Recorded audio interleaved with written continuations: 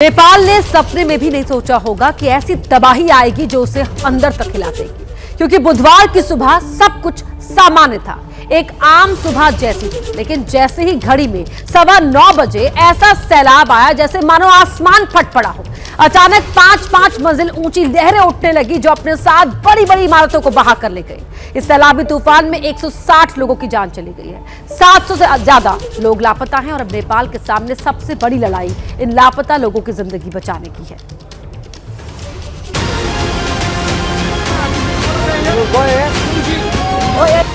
नेपाल में तिब्बत के रास्ते तबाही ने ऐसी दस्तक दी जिसे देखकर लोगों की रूह कांप गई।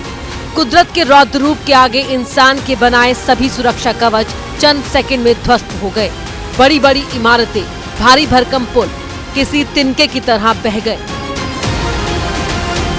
भोटे कोशी नदी से आया ये सैलाबी तूफान नेपाल के लोगों के लिए काल बनकर आया और अपने पीछे तबाही और बर्बादी कभी न भूलने वाले निशान छोड़ गया।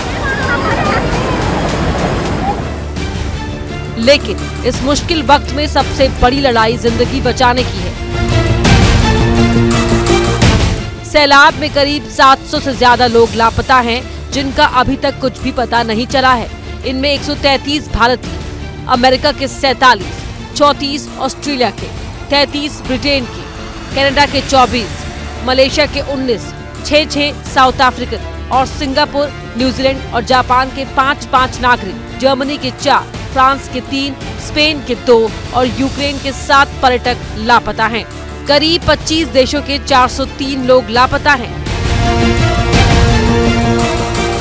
अब नेपाल सरकार के सामने सबसे बड़ा चैलेंज है लापता लोगों की तलाश और जो लोग सैलाब में फंसे हुए हैं उन्हें रेस्क्यू करना।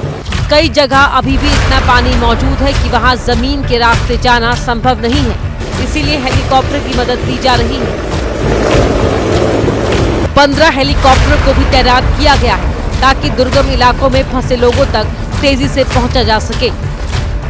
जिसके रेस्क्यू की एक तस्वीर सामने आई है, जिसमें एक युवक अपने घर की छत पर खड़ा है।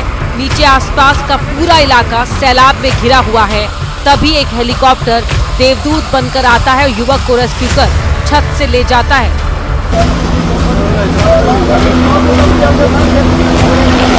नेपाल में तबाही के बीच रेस्क्यू की तस्वीरें उन लोगों को हिम्मत देने वाली हैं जो मदद का इंतजार कर रहे हैं, क्योंकि सैकड़ों लोग ऐसे हैं जिनके घर सैलाब में घिरे हैं। इस बार कुदरत ने ऐसा तांडव मचाया कि नेपाल के एक बड़े इलाके का भूगोल बदल कर रख दिया गया है। नेपाल के 13 हाइड्रो पावर प्रोजेक्ट, 19 पुल तबाह हो गए। नेपाल चीन को जोड़ने वाले 42 किलोमीटर लंबा बेट्रावती रासुवागाड़ी हाईवे भी बह गया। चीन सीमा के कस्टम चेक पोस्ट पर खड़े 300 से ज्यादा वाहन और ट्रक पानी के साथ बह गए। हालांकि मुश्किल वक्त में नेपाल की सरकार हिम्मत बंधा रही है और लगातार रेस्क्यू की तस्वीरें और फुटेज जारी कर रही है। इस ऑपरेशन जिंदगी में नेपाल की आर्मी युद्ध स्तर पर रेस्क्यू ऑपरेशन चला रही है। साथ ही आर्म्ड पुलिस फोर्स और नेपाल पुलिस के जवान भी लगातार अलर्ट मोड पर हैं।